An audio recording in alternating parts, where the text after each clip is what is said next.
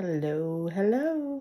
So I'm going to start this video with a little preview of what happened at the end of May, and then I will, at the end, show you about my trip, and then the video will talk about my father. And please know that this is going to be a story that is hard to hear. And please trauma informed. Some of the story may be hard to hear, but it is a story of someone that has lived with a family member with the behavioral onset of FTD that was a veteran. So I hope you enjoy. I'm sharing some of my life and my journey of ALS with you. All right, see you in a little bit.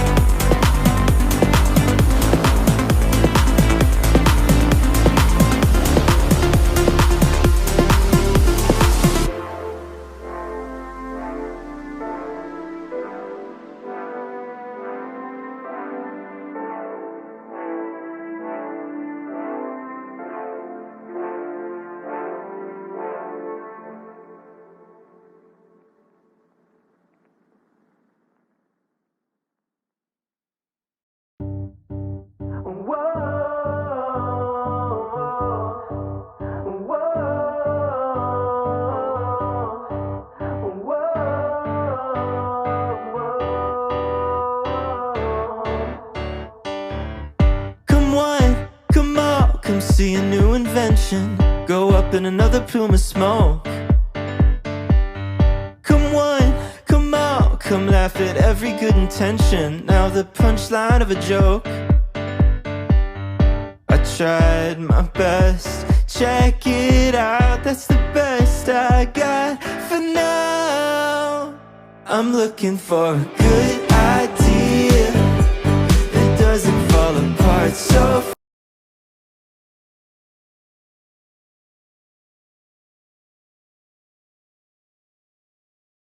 Hello, hello, hello, my YouTube family and friends.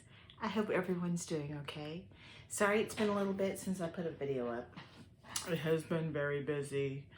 Thankfully my hands, they're down. This one's still a little bit. It's like weird when ALS affects your hand. It seems to be going to my top knuckle.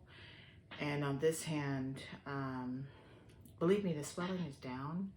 But this hand was the one I did a little video with the little fasciculations there. You can see that this muscle's down now, but this hand, it's painful when it happens. It's almost like your hand cramps and the whole muscle, hits all the nerves. So this one is now, I can flatten it, which I couldn't do before, but at least my hands are going down. Still took most of my rings off. This one I can't get off right now. I didn't take it off in time. But it's my biggest fear. If I have the hand swelling from overdoing it, I will have to get rings cut. And that's not fun. ERs, and I really don't want them sawing near my finger. So, what's going on? I have been really busy. I'll add a little thing towards the end that kind of goes through what's happened. My cousin came in from Mexico and we had so much fun. It's kind of funny. They were in the city of Mexico and everybody was saying, what coming to Houston do the Mexican thought is like, go to the Galleria and then go to the Woodlands. It's like, shop, shop, shop, shop, shop. But, so I took them to the outlet mall before we went to the Galleria. Go through into Neiman Marcus, and there's Chanel, there's Versace, there's Saint Laurent, there's Balenciaga. She's like, oh, this is a lot like Mexico. I don't know. Never in my life have I wanted to shop in those stores. I mean, yeah, having a Chanel lipstick, and, some people love, different shoes and things like that, but that's never been what I'm really about. I find that as I age, even though I have ALS, that is a disabling disease. I mean, you can see my face is kind of dropping and that, but, you get a certain age, you get towards the older spectrum. I'm turning 50 this year, so you get the menopause belly, and I know where it came from. I have my grandmas, my great aunts, and they had better style than I have, who thought, looking at their outfits, belts, that might help. But I started hormone replacement therapy, which hopefully will help with that visceral fat. So let's see. So we went, and then we went to see Space Center, which, as that was the end of May. So, this area gets very, very caliente or hot. So we were able to go. I mean, it's really cool. They climbed for me because there's stairs. I don't know if there's an elevator, but up to the very top of where they have one of the old shuttle things, and they had a remembrance for the Challenger. Anyone in Gen X, I mean, I lived in Houston and kids were gross back then. Kids would come in the next day after the Challenger blew up. We all watched it happen on TV, and it was like, click, don't watch that. Go back to doing this. Color this. It's like, oh. I guess that's just one of those things, tragedies that's, always, first teacher. Didn't have to pay to be cremated. I know it's tacky, I'm sorry. But it's, it's kind of like, one of those remembrances. So at the very top, someone took a picture for me of the Challenger crew, which is sweet. I mean, they went through a lot. So I went through there, lovely trip. Dave Matthews Band. Oh my gosh. I love different venues, and it's like kind of when you are at that like ADA stage. I'm like at the very beginning of it. I use my cane because my balance gets off. I mean, my legs got wonky in a different trip, but um, steps can be hard. So I can still do them, but I just, it's like that fear of losing it and breaking your teeth. I have that. So, I was thankful for the venue was very accommodating, and the band, one of the best Dave Matthews concerts I've been to since early 2000s, late 90s. I mean, it was awesome. Of course, it was streamed for the XM channel, but just an awesome, awesome concert. Just kind of like the way the music goes over your soul. And it wasn't terribly hot. I had my neck fan. And I find that with the heat, I'm Princess in the Pea. If it's too hot, I have problems. If it's too cold, I have problems. And those problems end up being spasticity. Being more predominantly upper motor neuron ALS, my bane is the spasticity. So, from there, I mean, it's going to be a busy rockin' summer, I tell you. From there, had a little bit of time, and then I went to Washington, D.C. for advocating for a cause close to my heart. And because I put a little video on my Instagram, there may be people that come and make harassing comments on this video. And let me tell you why. Okay, so C9orf72 is a gene that makes, it's about, of the 10 to 12% of people that have genetic ALS, like I do, about 60% carry the gene for C9orf72. My father in 2008, I'm giving you a trigger warning. This is a difficult story. My father, we went to a wedding in Seattle when my cousins got married. We came back and my father had toilet paper in his nose, and he thought there was gases going around the house, and his behavior was very, very odd. He moved to a new house and had the movers pack for him. And my father was a Vietnam veteran.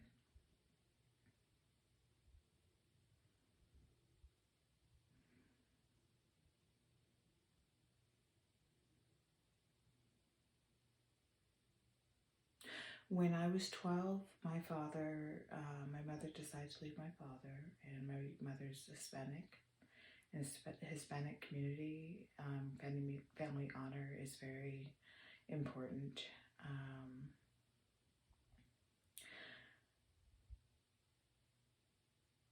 It was domestically abused. My father had PTSD from Vietnam, and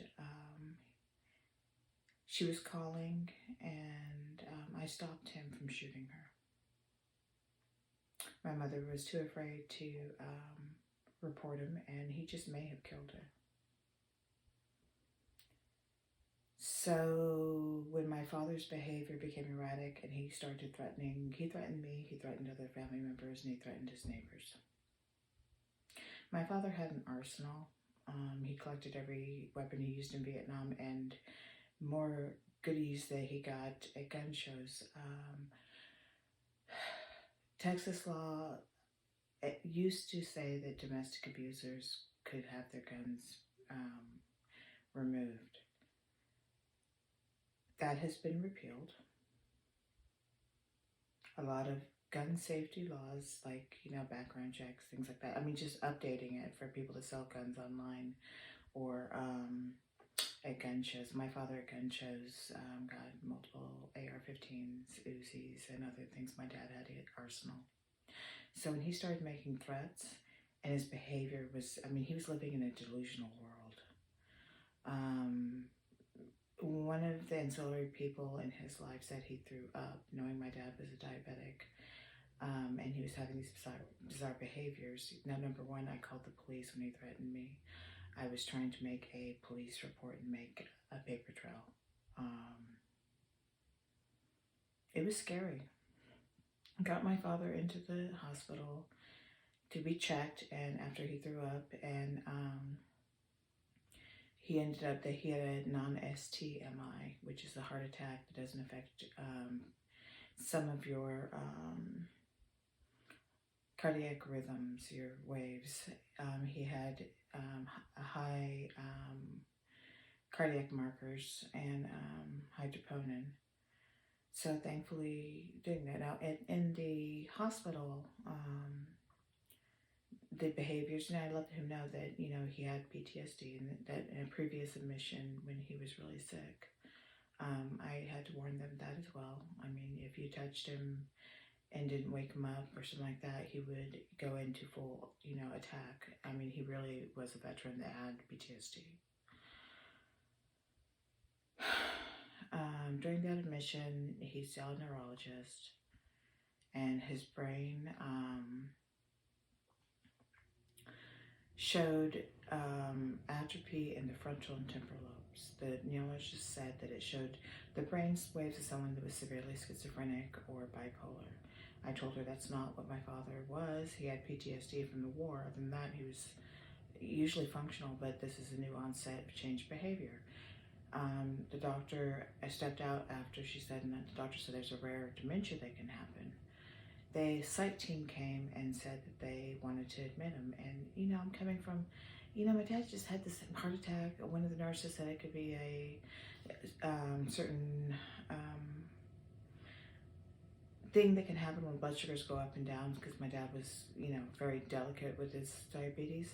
And I thought, well, maybe it's just that. Maybe he'll get back to normal. Maybe this is, remember, I grew up in a household with domestic violence. So my threshold of that was pushed. I asked, because my dad had just switched jobs, if they could get him into the VA, and they said they only get 2 to 3 beds a year from the VA. So I wasn't ready to commit my father at that time. We took him home, and we had made a plan to follow up with the VA behavioral health. That next Monday, I had to work. I'm a retired nurse. I had to work. My sisters traded off to watch my father that night. I mean, he thought that the Duchess of Cornwall would be our new mother. I mean, just talk that was, nothing made sense. Nothing was that. He was in a different world. Took him to behavioral health and, told the doctor there what was happening, what had happened. And something clicked to my dad. I don't know how the Vietnam vets, I know they weren't taken care of well after the war. Now, my dad did help other people coming back from Afghanistan and Iraq. I've been told by family members and other people that he was very comforting and talking to them to be, reintroduced to civilian life. So he was helpful before he got sick. But he clicked. There's nothing that they can, when you go to the behavioral health, those psych doctors won't do, or at the time in 2008, would not order involuntary committing. So they gave him Seroquel, they did that. I touched a wall. My dad said, don't touch it, you'll get HIV. I touched it, and I said, bleh, and I did that, and he about pushed me against the wall. So we picked up the meds, went back to the house, and that triggered something in my father. I noticed when I went to the house, in his room, he had, have you ever seen hunters that have the camo that go back? He had that set up with an AR-15 pointed at a neighbor's house.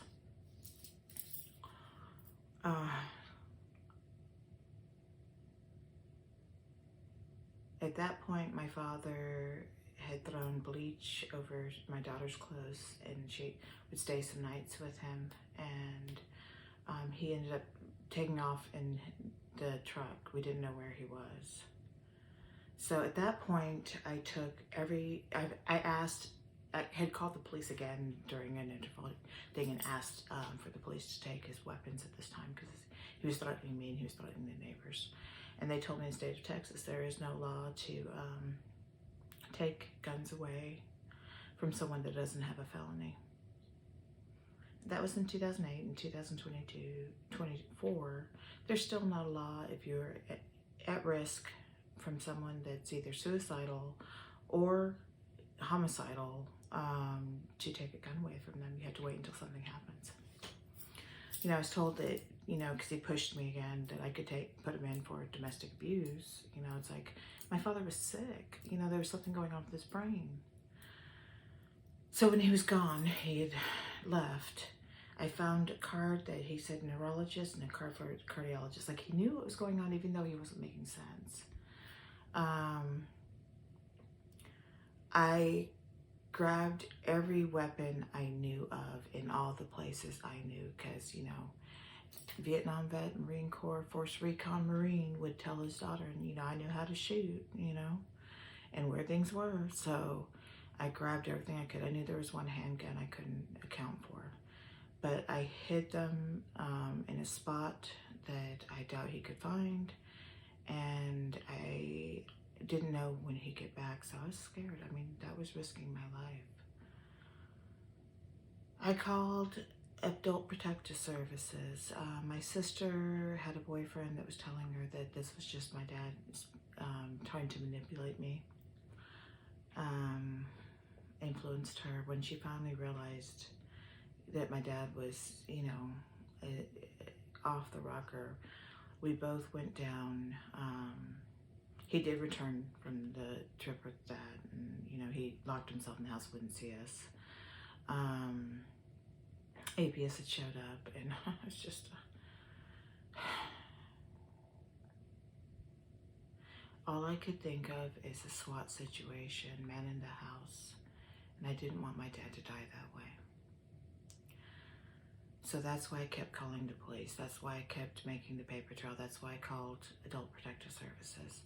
I went to my county's psychiatric center and filed a 5150. And that was the first time I shared my mom's story.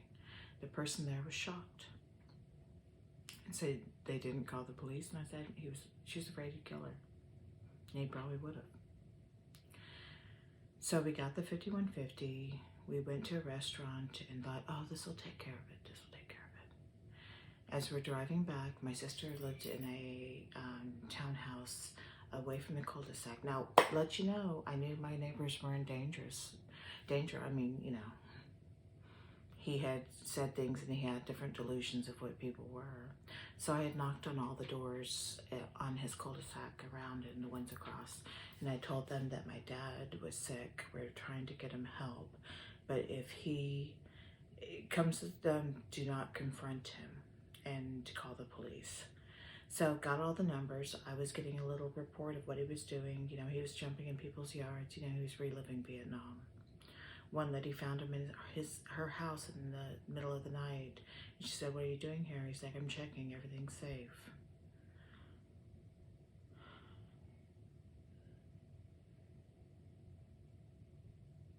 As we drove through it past the cul-de-sac of his house to get to my sister's house, the SWAT team was there.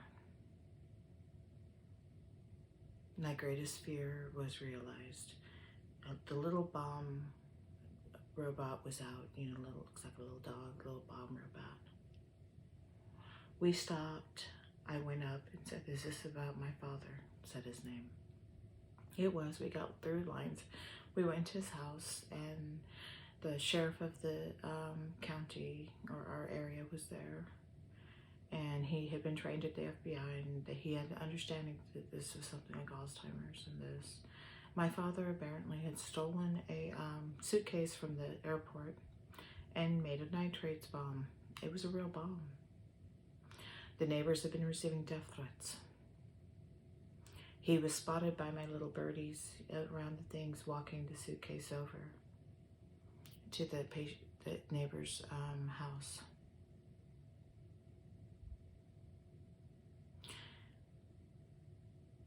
I believe God whether you call him Allah, whether you call him God, if you call him Yahweh, the greater force, the spirit, whatever you name, protected those people, protected me, protected my father, protected my sister.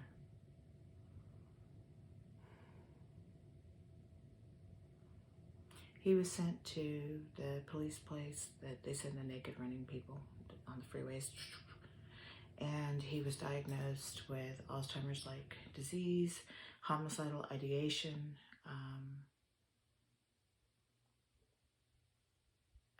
mass shooting could have happened. My father was a sniper in Vietnam, worked under Oliver North, and was force recon. He was a dangerous man. He was also my father. He was also a good father. He was also that even if the domestic violence happened, he got counseling later and was better until this hit. He was a good grandfather.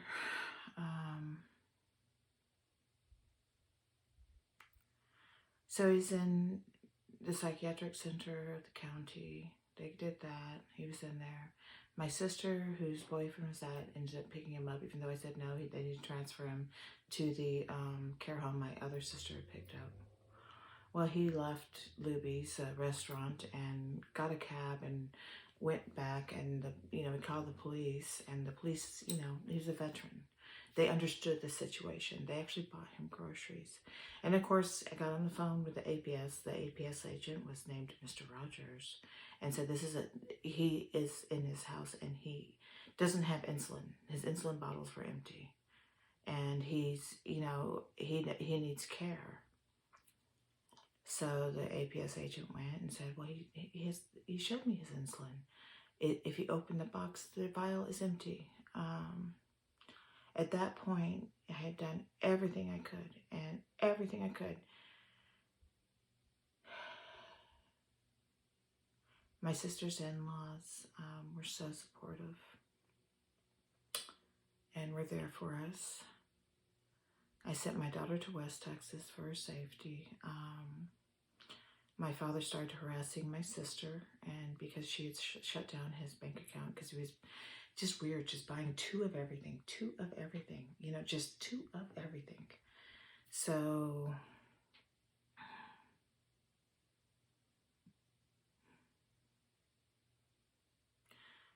he was in her garage, and apparently he was threatening to kill himself. So before this happened, knowing what the situations happened, I grabbed her kids and took them to West Texas. I didn't want another generation traumatized by this. Eventually, my uncles came and they took him to the hospital. His blood sugar was over 800, and every little thing happened. That doctor that would not take him in at the behavioral health, I sent it to him in his name because I connected point A to point B to point C. And when they called from the hospital, he got a bed in the VA here in Houston, and neuropsych diagnosed him with frontal temporal lobe dementia. And that was the late summer, fall of 2008. When I talked to the neuropsych, because I had to leave the situation for everything to fall apart to get him help, if that makes sense. I took a nursing assignment in West Texas. And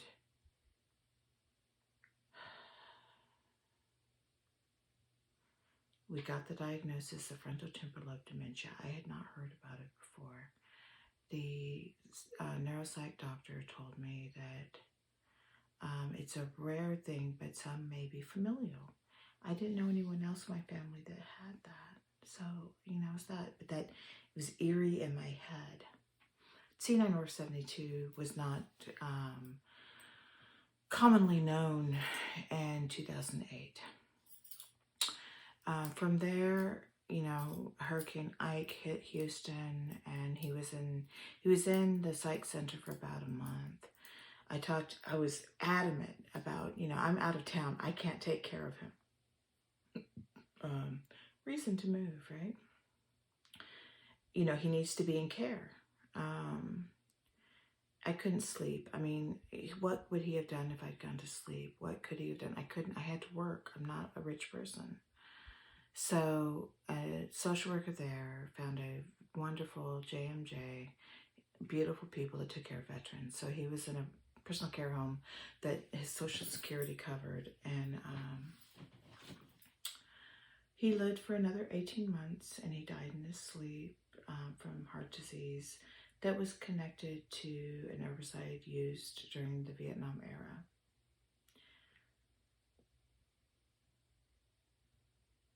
So when I advocate for gun safety, that's one of the reasons. I do support the Second Amendment here in Texas and in the United States.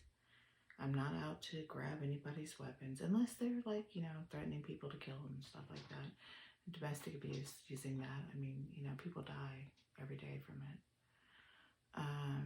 I lived, my mother lived, but my mother was traumatized for the rest of her life and became a hermit.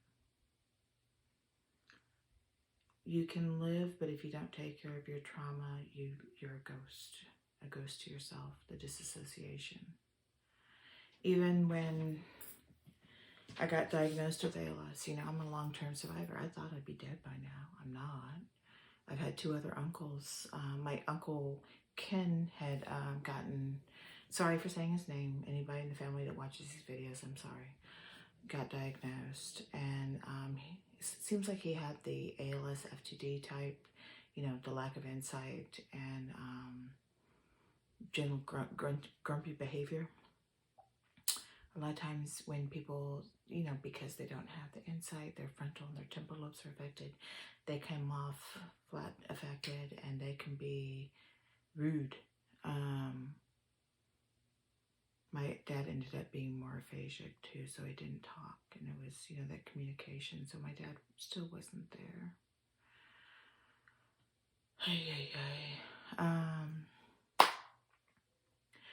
I'm sorry, I know that story may be triggering to people, but if you see ugly comments from people that are gun activists, that's why, because, I share my story.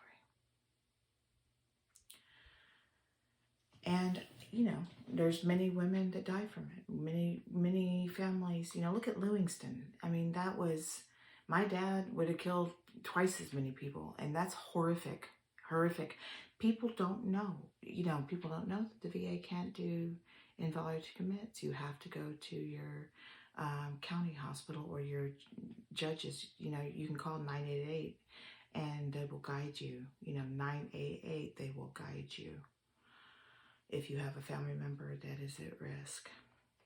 So, not real fun, right? Yeah. I went to Washington, D.C. I raised my voice. I was part because I believe that businesses should have background checks. Domestic abusers should not be able to get away with it. Criminals should not be able to go to an unlicensed gun dealer and buy weapons of war. That just is common sense. Common sense. How many people support background checks? The boogaloos and people that are kind of, on that other side don't. I mean, I'm enhanced charges if I get hurt, just so you know, because I do have ALS, and I and my family will prosecute to the core. And I live in Harris County in Texas. It is the highest county for the death penalty. Yeah. I have to say that, the trip was amazing. It was a once in a lifetime experience.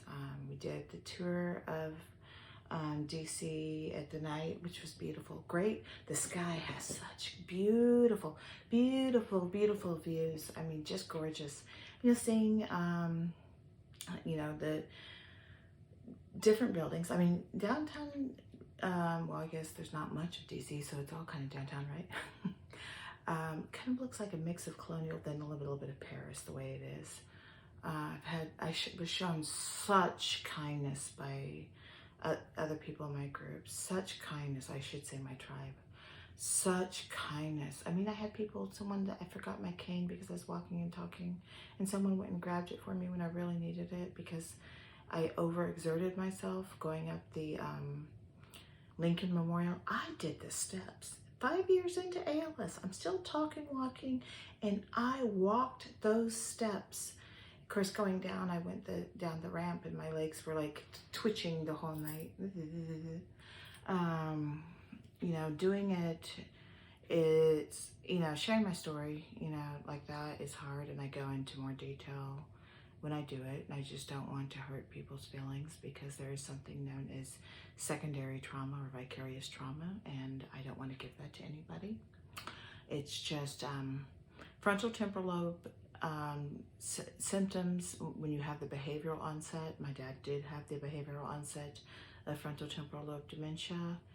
And some people are not like that. Most people with FTD are not like that. They're not. It's just when you have a war trauma, PTSD, Vietnam vet that's a Force Recon Marine, you might have some issues if they had the behavior onset. I did. I don't know. I mean, I wouldn't be afraid of people with the disease. You know, it's a hard thing. You just have to know the person. You have to know the situation. You have to know how to help. I believe in advance directives. Call your attorneys. It was a because I did have medical power of attorney over my father, but I did not have durable power. And durable power is the one when someone becomes incapacitated, you have it. I had to go to the court and get guardianship over him, which APS did say, yay. I ended up being the guardian. They liked the place he was at. They actually referred some clients there. And I know that the Vietnam era veterans are dying really rapidly. When my dad died in 2010, there was, you know, a little bit of wall. There was a big field. Now the field is filled with other people. You know, it's like my dad and my best friend's father are neighbors. And now my second mother's there. You know, it's just, that generation is rapidly dying. You know, those of us that are second gen Agent Orange are dying younger too. I mean, we're getting about hit your 40s, boom, you start having health problems. There was a group, but I think the person that led it had kidney problems. I don't know how active it is anymore.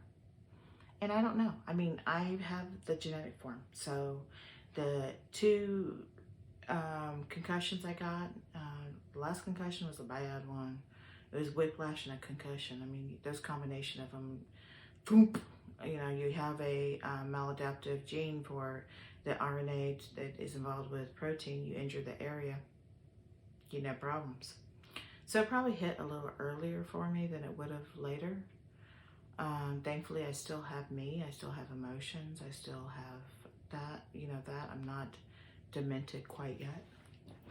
But I did get the durable power of attorney, the medical power of attorney, and my will done. And anybody that has ALS, or anybody that doesn't have ALS, even if you're worried that you have ALS, please get that done. It makes life simpler. You know, my sister that died of cancer, she didn't have a will. Now it's going through probate and the state thing. Everybody needs to have a will. Everybody needs to have their advance directives. This will help your family. You know, instead of having to go through and petition to the court, and it's very difficult. It took 6 months to get guardianship because my dad was such a extreme case. We got it without a problem. But oh my, that is awful. And you know, I mean, with the whole Britney Spears are like, oh, conservatorships, guardianships, they're dangerous. Well, no, they're still good for people like that. You still need to have them. You know, left to their own devices, they would die terrible deaths. It was a blessing that my dad didn't kill anybody and, you know, died in his sleep. The unfortunate thing is I sent the guns to my uncle because, you know, my dad's treasures were his guns. I felt like they wanted blood. I didn't like them. But I sent them to my uncle. My uncle committed suicide with them. So yes, you know, I do speak out because of what happened to me. No, I'm not trying to grab anybody's guns. No. No. There's some safety laws, background checks. And yes, I would like an extreme risk protective order. It doesn't take it away forever, just in that moment. And if your family members having things, I mean, it's a scary thing. I don't know. So I might have gun nuts, and because I shared my story, I may have more gun nuts. ALS wise. So coming down that ramp, I was like, and I'm like, ah. The next day, you know, had state dinner talking, lovely. I mean, just lovely, just lovely. There was so much love there. And there's not anything out to hurt anybody. Nobody wants to be hurt anybody. Nobody wants to take anything. Second Amendment is respected. It's not anything like that. It's just some safety laws. I mean, but you talk to people that want everything and that, and you know, there's a lot of craziness in this world, and this world is on edge. So I went and some of my people that I absolutely adore went and saw the Palestinian protests that happened in Washington, D.C. And, you know, I have friends that are Jewish. I have friends that are Muslim. Civilian casualties should not happen. Unequal laws should not happen. You know, babies should not be murdered.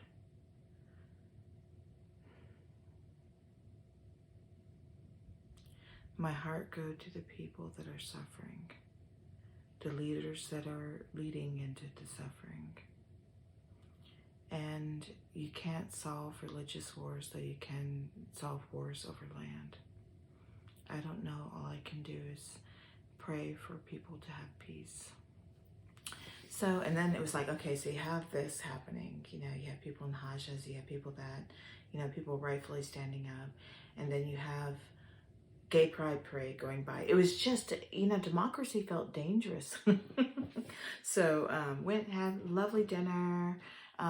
They went out to a club afterwards. You know, I'd gotten up really early to make my flight. And oh my God, every time I go, now they say that's just regular, you know, you get like every mini-so things. I get bomb swabbed almost every time I go to the airport through TSA. I don't know if there's a mark on me because of who my father was, but oh my goodness, you know, it's like I have found for this, when I'm in a trip, I wear, my feet still are flexible enough to get into them. I wear Doc Martens because they tighten the ankle. You can tie them tight and it supports your ankle. I don't like using the my brain, I'm tired, guys. I'm really tired. My braces for my legs. Though it does make me strong. I just, you know, going through TSA, it'd be like beep, beep, beep, beep, beep, beep, beep, beep, beep, beep, beep, beep, beep, beep, beep. So, went through, I couldn't, at that point, my things like that, you know, holding up, my balance isn't good when I hold my arms up. If I hold them like that, I will fall backwards. So I told them that, nope, we're going to bomb swap you. I wear socks and sandals because you have to put your sandals up. I put my Doc Martens in my backpack that I always fly with as my carry-on. And then after I get through TSA, I switch and put the sandals in the bag and I put the Doc Martens on. Even if you don't have ALS, it's a trick. If you have like boots that have to be tied or difficult shoes. So I did that, got to my flight, and I was wearing a shirt that was less extremism, more activism, and it opened up someone that is in the QAnon type thing, you know,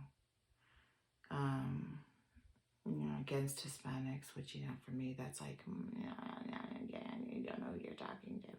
And then there's multiple shades of us. I'm white with Hispanic heritage. What a racist moniker that's in the U.S., you know.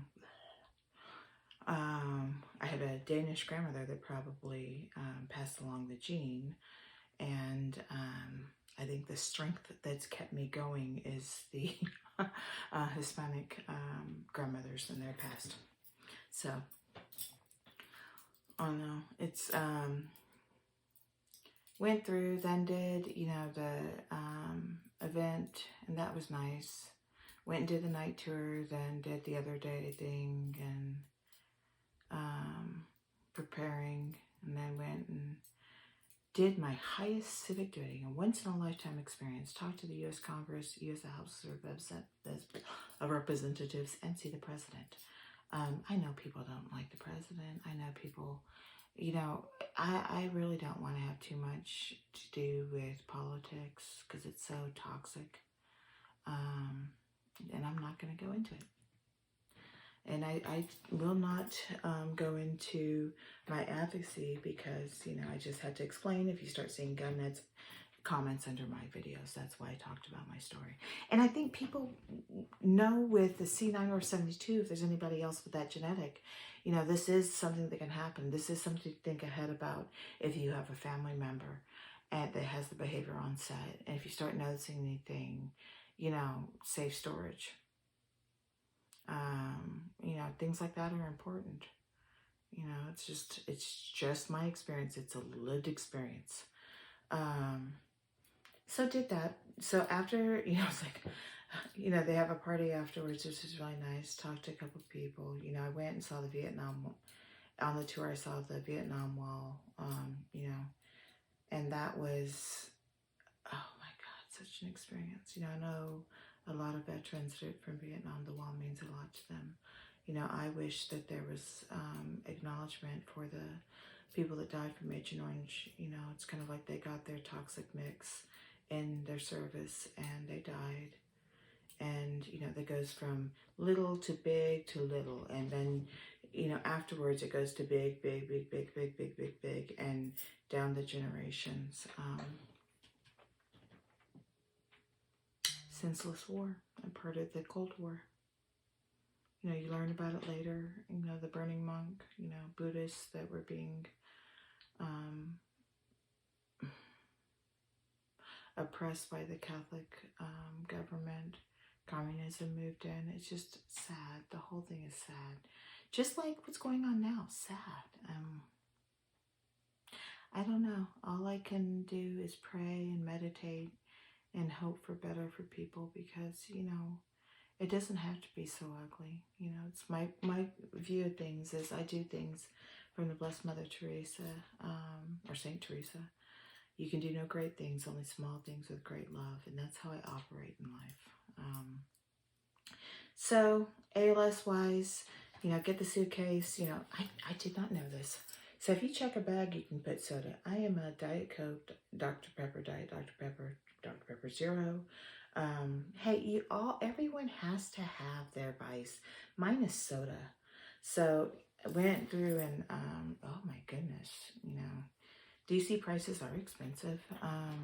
You go to the hotel and they want to charge you $3.25 for every soda. Little can. So I ordered from Costco and had it Instacarted in. And I still had like half of it left. So I put it in my suitcase. Yeah, all they could do is take it out, right? But it came back home. Now for trips, I'll be putting 12 packs in my suitcase. I was thankful thank you for all the ALS advocates that go to Congress and advocate for ALS. 988 was advocating while we were there too. Awesome. But getting through TSA and getting through the airport there was so much simpler than any other airport I've ever been to. So I'm glad the voices have been raised. And yeah, I would go and advocate there. I don't know if my ALS story would matter as much. It's like, slow progressing. I know a lot of people that get ALS. I think it's important to do the CDC registry because there's more of us than we're recording. People that are in their little country doctors that are diagnosed or die before they actually get diagnosed. It's not on all death certificates as the cause of death. It should be. And the numbers mean more money for Congress for actually finding treatments, There's, to get the science, there's treatments, there can be treatments to slow the progression. There can be treatments that stop the progression. There may be treatments soon that could prevent it or cure it. It's out there. you know, there's hope. But my hands were, and just painful. The nerves, oh, that was painful. I mean, when that happens, I mean, I know that means that, you know, my hands will eventually go and I'll get the ALS hands.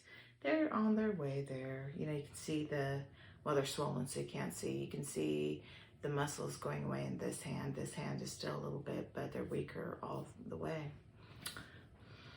But I did it and I walked away. Not so great, not so steady.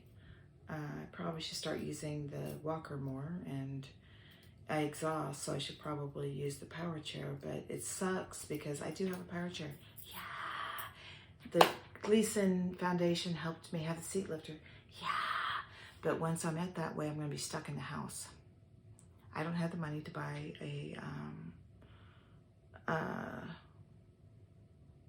you know, wheelchair power, you know, ADA vehicle. I don't have it, you know, brawn ability and like that.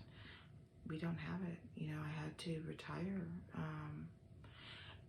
In addition to retire, because not only do I have ALS and my dexterity is affected, but if I got FTD, I would never want to hurt a family or a patient with the lack of response or the inappropriateness.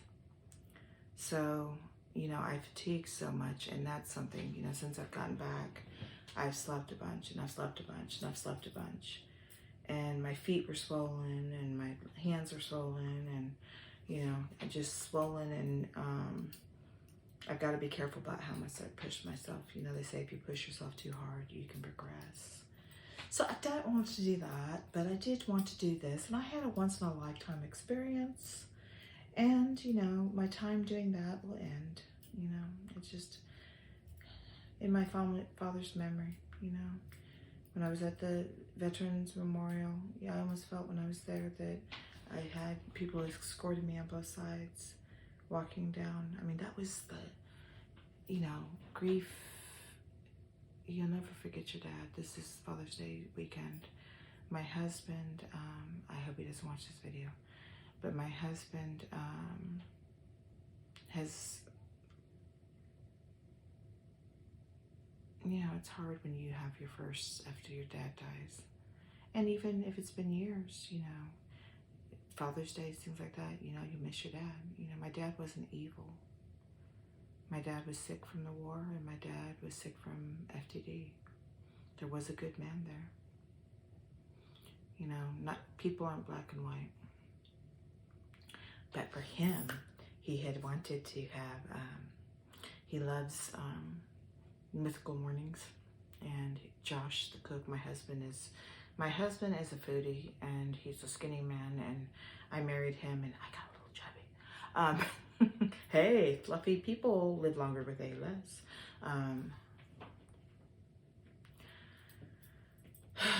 That and visceral fat from menopause. Blah.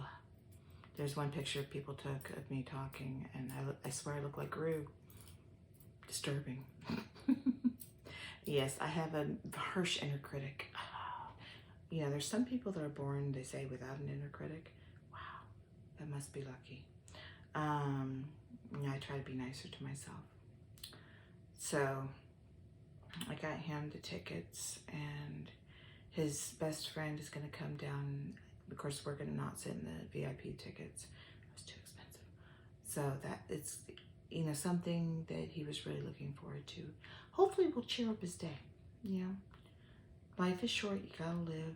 We're going to, and oh my goodness, in like less than 3 weeks, we're going to be renewing our vows from Wish for a Wedding. Oh my goodness. You know, right now, being able to have the time to celebrate. You've watched my videos. There's been a lot of sad stuff that's happened. It's time to celebrate. There's time to be good. It's time to have fun. It's time to look at the good things in life. Not the hard, deep, like watching the news. I read my news. I try not to be in the news. But, you know, it's like, gotta celebrate. So we're gonna celebrate. It's gonna be beautiful. I'll share some of the pictures. And thank you if you can support Wish for a Wedding, because they're a beautiful organization. I've got to get a couple little tweaks on my wedding dress. Oh, that's going to be so fun and so beautiful. Oh, my heart. Oh. So we will do that. And then I will hopefully fly, if I can get the money to fly to Portland for my meditation facilitating for the group for Recovery Dharma. Gotta do things for others. I mean, that's just for me. I take the weights off my back. I could sit and, worry about my ALS. Oh, is that going to happen? Is that going to happen? I think the more you fall into the disease, watching everything's like you put that focus on and you kind of make it happen. So I kind of, look at other things. I'm not disassociating. I have done that because the pain of living with the disease. They lie to you and say it's not a painful disease. Bularkey. It is a painful disease. You have anything that's nerve pain is awful. I'm on gabapentin. Sometimes the gabapentin doesn't do it all. When you're, oh, my hand pain. Oh, that was so awful. And that happens. And, I guess I just have to tough it out because I'm a research patient. Worry about addiction. I mean, really, if I'm this old and I haven't been addicted to medicine, like I'm going to get addicted, like I want to sleep my life away. No. Yeah, heck, I do things and I do fatigue out and then I'm out, which is terrible when you have a nap. I think about when the sudden chink happens, you just wish you were on your CPAP. I mean, eventually I'll get to the BiPAP as those muscles get weaker. And the trilogy. May it be a long time. May it be a long time. I don't want to do that now. I don't want to leave now. My daughter, youngest one, had her second practice with her team, the Thunderstrikes. And every time they, the balls will hit towards the parents, I just want, AC/DC's Thunderstruck goes through my mind. It's like I almost want to get that little part clipped and play it each time it happens. My daughter, no, Mom, don't do that. So embarrassing. Turning 12. But, so that's what's gone on. That's my catch up. I hope you guys have a wonderful start of your summer. And I hope you guys don't hate me because I shared my story. I'm sorry. I had to live it. If it's what I do is to help others, to help families that may be in that situation. It was hard, but we're going to have fun. And there'll be dips in life. There'll be parts that are hard. There's parts that are good. There's parts that are joyful. There's parts that are sad. It's just the cycle of life. You have to look for what's good and find the beauty in the day. You look at the cracks, all you're going to see is cracks. Find the beauty because it's there. And I will see you guys soon, I hope. I'm sure. I'm not going to be running like this. My body won't let me. I'll be down on the ground. All right. Talk to you guys later. Bye.